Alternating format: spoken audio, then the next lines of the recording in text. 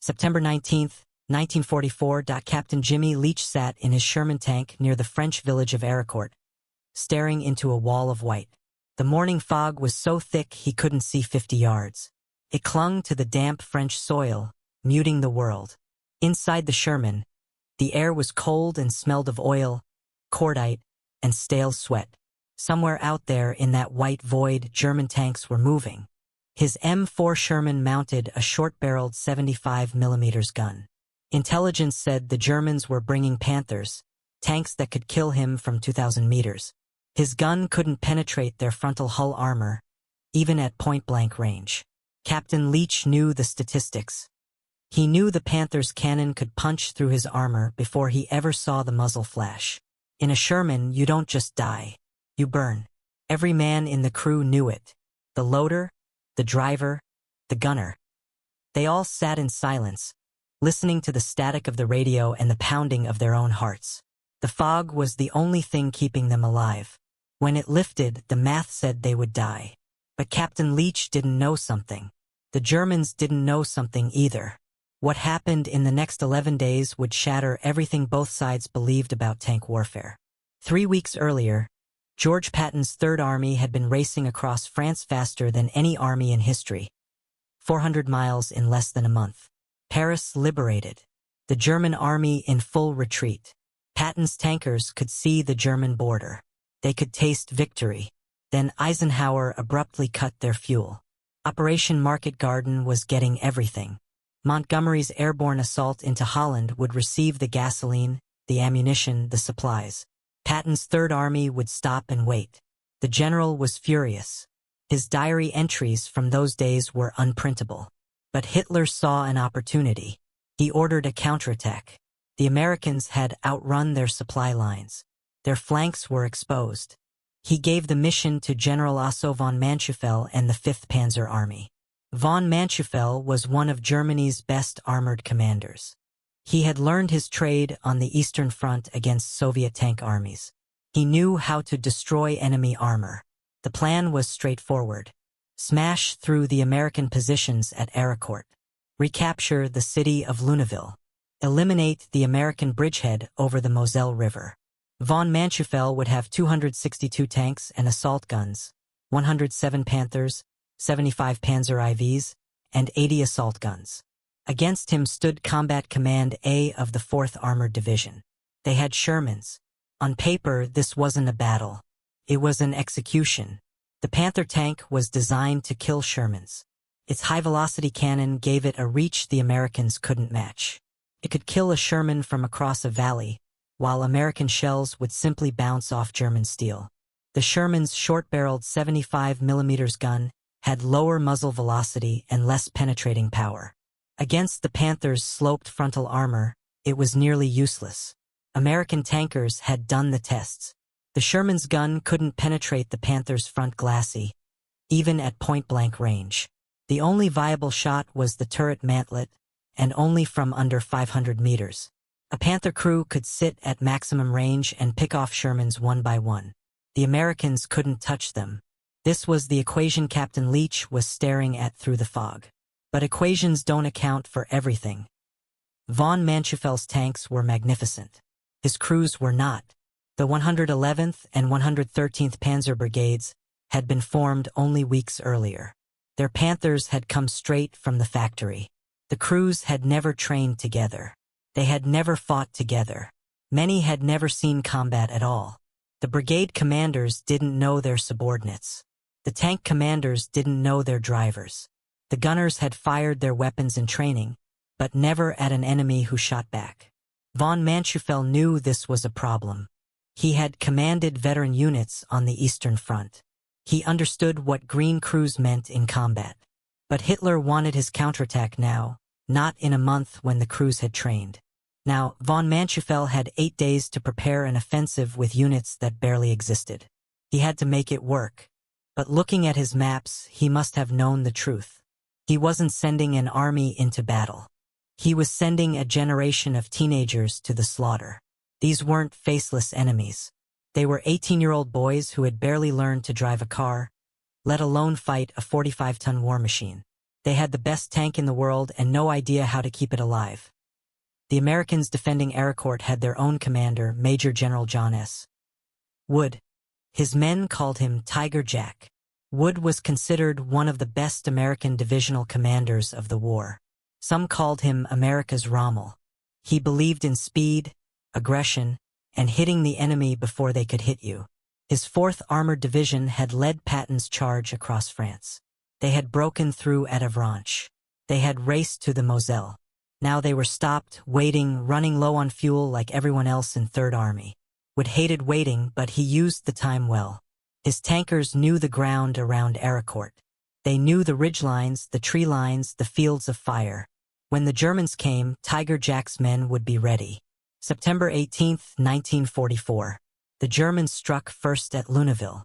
The 111th Panzer Brigade hit American cavalry positions with everything they had. Panthers rolled through the morning mist. The American screening force was badly outnumbered, but they fought. By the end of the day, 24 German armored vehicles were burning. The Americans had held. Von Manschufel adjusted. Luneville was too strong. He would bypass it and strike directly at Ericourt. That night, German columns moved north through the darkness. American commanders didn't know exactly where the blow would fall, but they knew it was coming. Captain Leach and his Shermans waited in the fog. The fog on September 19th was a gift from God.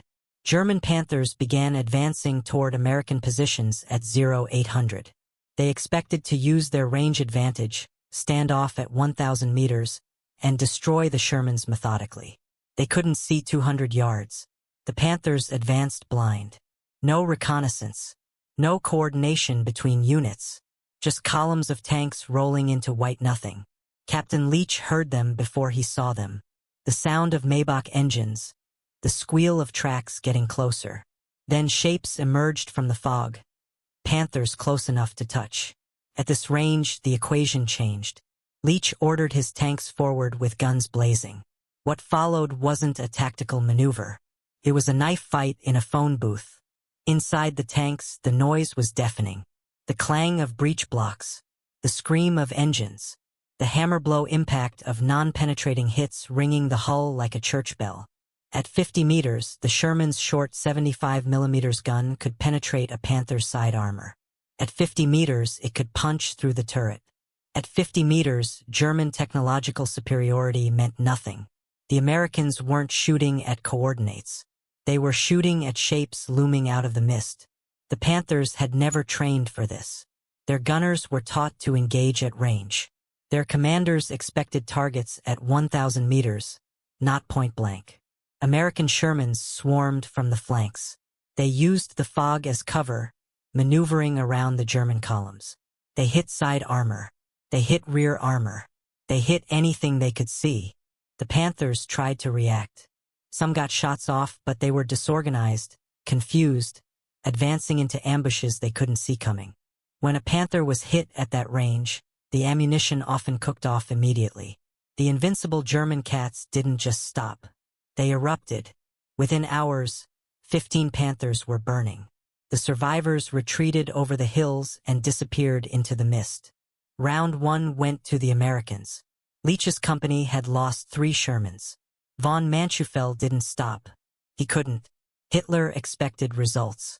The counteroffensive had to succeed. On September 20th, the Germans attacked again. More Panthers. More fog. Same result. American tankers had figured out the game. Stay hidden. Let the Germans advance blind. Hit them from the sides when they couldn't see you coming. The Sherman's weakness was frontal engagements at range. So don't fight frontal engagements at range. It was simple. It was brutal. It worked. But the fog wouldn't last forever. Von Manschufel knew that if the weather cleared, his Panthers could finally use their range advantage. He just needed the skies to open. The Americans had another advantage the Germans couldn't match: artillery coordination. When German tanks approached American positions, every Sherman could call for fire support. High-quality FM radios connected every tank to the artillery batteries behind them. Within minutes, 105mm shells would be falling on the attackers. The M7 Priest self-propelled howitzers of the 4th Armored Division could reposition quickly and mass fires on any threatened sector. In one engagement, German Panthers penetrated close to Combat Command A headquarters. The situation looked desperate. Then a battalion of priests engaged the Panthers with direct fire, point-blank artillery against tanks. The Germans broke off. Von Manschuffel's crews had nothing like this coordination. Their artillery was scattered, poorly supplied, unable to concentrate when needed. Every American tanker had an army behind him. Every German tanker was essentially alone. September 25, 1944. The fog finally lifted. Von Mantschuffel must have felt relief. Finally, his gunners could see. Finally, his Panthers could use their range advantage. Then he heard the engines.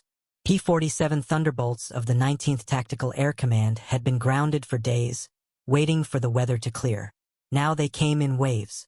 Each Thunderbolt carried rockets and bombs designed to kill tanks. They dove on German columns caught in the open fields around Ericourt.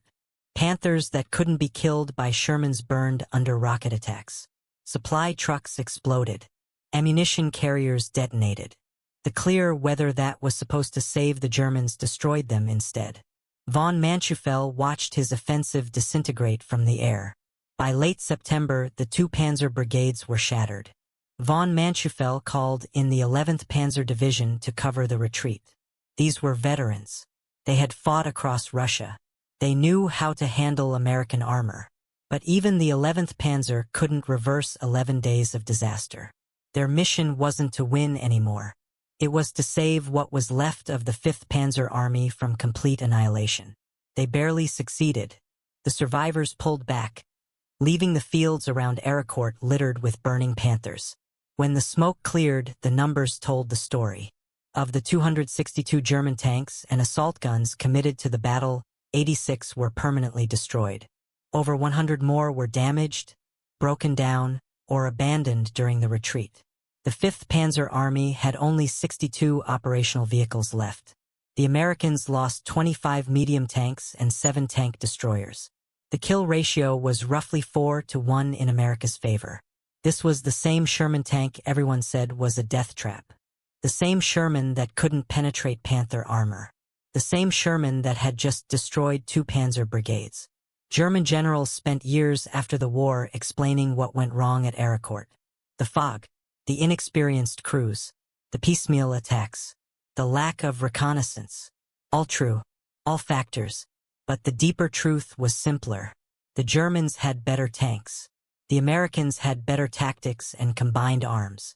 Von Manschuffel's Panthers attacked with almost no infantry support and 0 reconnaissance. They were tank-heavy brigades charging blind. The Americans used infantry, tank destroyers, and artillery in a defensive web. Every German thrust ran into overlapping fields of fire. The lack of training proved fatal. Blind and disjointed, German columns ran headlong into a cohesive American defense. They expected technology to win the battle for them. The Americans expected nothing.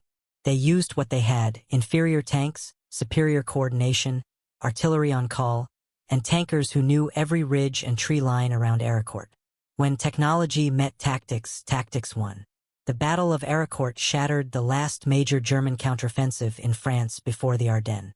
Von Manschuffel's Panzer brigades were destroyed as fighting forces. Yet today, this victory is a historical footnote. Why? Because of what happened next. While the smoke was clearing at Ericourt, the world was watching Operation Market Garden in Holland. Then came the Battle of the Bulge, bigger, louder, and more famous. Ericourt was forgotten. The U.S. Army's largest tank battle until the Bulge simply faded into the history books. The paradox is that even the Germans claimed success. They noted that Patton's Third Army had stopped. They believed their defense had halted the American drive. But Patton didn't stop because of the Germans. He stopped because Eisenhower cut his fuel. The Americans knew the truth. They had fought on the enemy's terms, against the enemy's superior machines, and won 4-1. For 80 years, enthusiasts have debated the Sherman versus Panther matchup. They compare armor thickness and muzzle velocity like baseball statistics. They argue that on paper, the Americans should have lost. But battles aren't fought on paper. Captain Jimmy Leach didn't care about muzzle velocity when he was staring into the fog on September 19th. He cared about his crew. He cared about his orders. He survived the war. He lived to be 87 years old, carrying the memory of burning metal in the mist of Lorraine. He survived because the inferior Sherman was part of a superior system, a system of artillery, air power, and tactical flexibility that the Germans couldn't match. The myth of the invincible Tiger and Panther persists in video games and movies. It's a seductive story, the terrifying, unstoppable German machine. But the men who fought at Ericourt proved the myth wrong. They took the so-called death trap into the fog and destroyed a panzer army. That is the lesson of Ericourt. Technology is just a tool. The best tank doesn't win. The best army wins.